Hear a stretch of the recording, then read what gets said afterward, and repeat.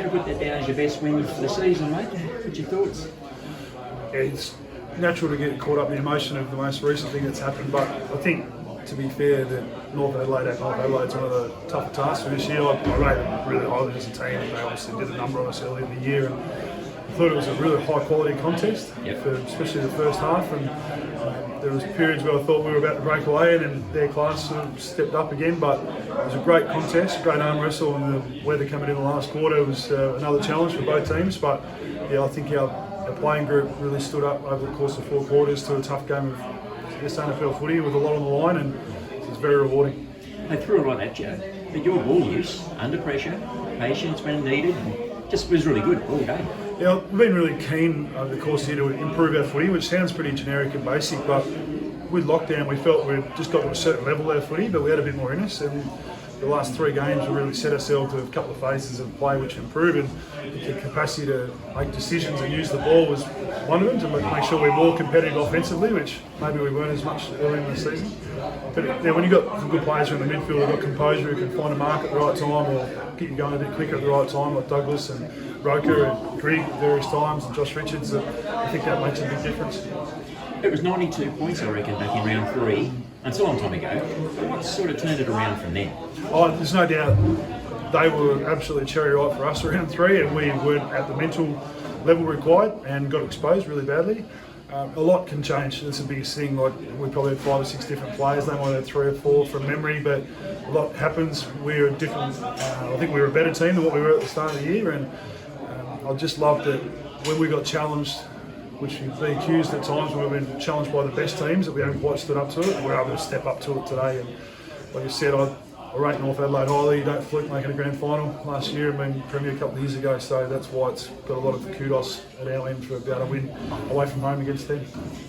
You don't take a lot of notice of the ladder, but you came into this game hoping to cement a top 5, but you're only percentage outside top 3. Right. So you can get a top 3 beside with a double chance, which is massive. Yeah, okay. Yeah, I have to be frank, I knew this had a lot on it in relation to making finals today, and we had to beat the best to, I think, compete if we do get there. So that was really meritorious to know that we could get there, but then things start going your way in footy if you just do your job. So it felt by us playing our part and getting the victory against a good team away from home, and then other things go your way and we just get our job done next week and you land where you land. So yeah, that's why this game had a lot on it. So now you've got to back it up and against Adelaide and then wait for other results, but you're going to, as you say, do what you can do. So big game against Adelaide. Yeah, we're a blue-collared footy team.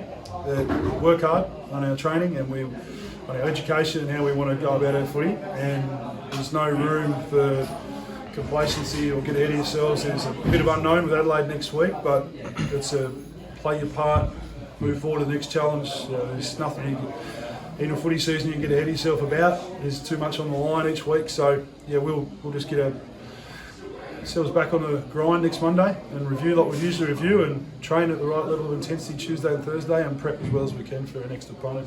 What I did like today, mate, is when you went forward, you looked dangerous. Yeah. The forward line actually looked dangerous. It was something we explored with Warren, like we'd bring Pasco in. We have Pasco, Binder, Boyd and Shenton as tools, but we have transfer Nelligan, and then we've put Pedro down there in the last 2 weeks, and you would have seen what Pedro's been able to do for us. So he makes us quicker, and got a couple of goals that we don't usually get. We're just running into goal scoring because of his natural speed.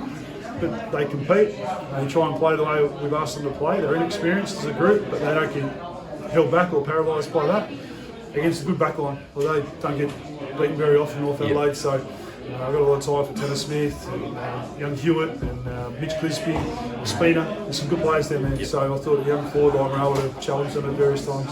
And for the faithful, mate, where's Poppy at? How's he going? Yeah, in line for week 1 of finals. So there's probably 3. There's Talia, Nunn and Piopolo all around that range. So right. We might get posed with the challenge of where they're all at physically and have they done enough conditioning, because we'll always keep making decisions going to put the club in the best position to win rather than what suits the individual. I don't mean to be too brutal with that, but I've seen it before where you go early on guys who aren't conditioned. So we'll deal with that as the next 2 weeks unfold, but they'll be here in acquisitions if they're available. Good job, buddy. Twig, sorry. And just lastly, Twig, we don't like to single out players, but I thought you know, Jack Hurd at the start of the year, he was fantastic, you know, and then obviously went back into the reserves, came back. I mean, how'd you find his game today in particular? Well, I rate Ramsey as one of the better players in the competition, and he's been swung forward over the last 4 to 6 weeks and dominated some games. I thought it was a really good battle, but his ability to win one-on-ones at key moments, both in the air at ground level, and then use the ball well to find a mark or the handball was exceptional. I really rate Jack highly, but I also rate Collins. I rate Ball, I rate Wilkins, I rate Hamilton, and I thought Vardenega did a good job down there today as well. That back, and Sam Morris and Zach Richards had moments down there as well. So that back group, they have a generally very strong reflection of how we play as a team. And they stood up, they gave away a couple of easy goals, which I was disappointed with, particularly in the second quarter, but they stood up to a bit of a chat at half time. And when the challenge was there early in the third, I thought they were unbelievable. And Twig, just lastly, the message at 3/4 time. Obviously, we've been in a scenario where we've been leading a team such as Glenelg. We're in a similar position against North Adelaide.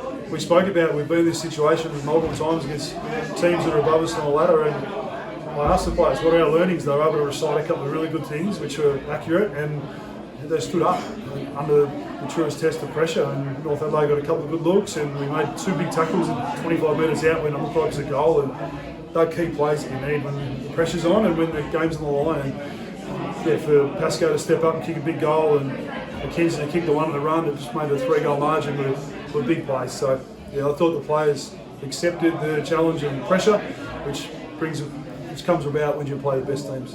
Thanks, Twig. Thank you.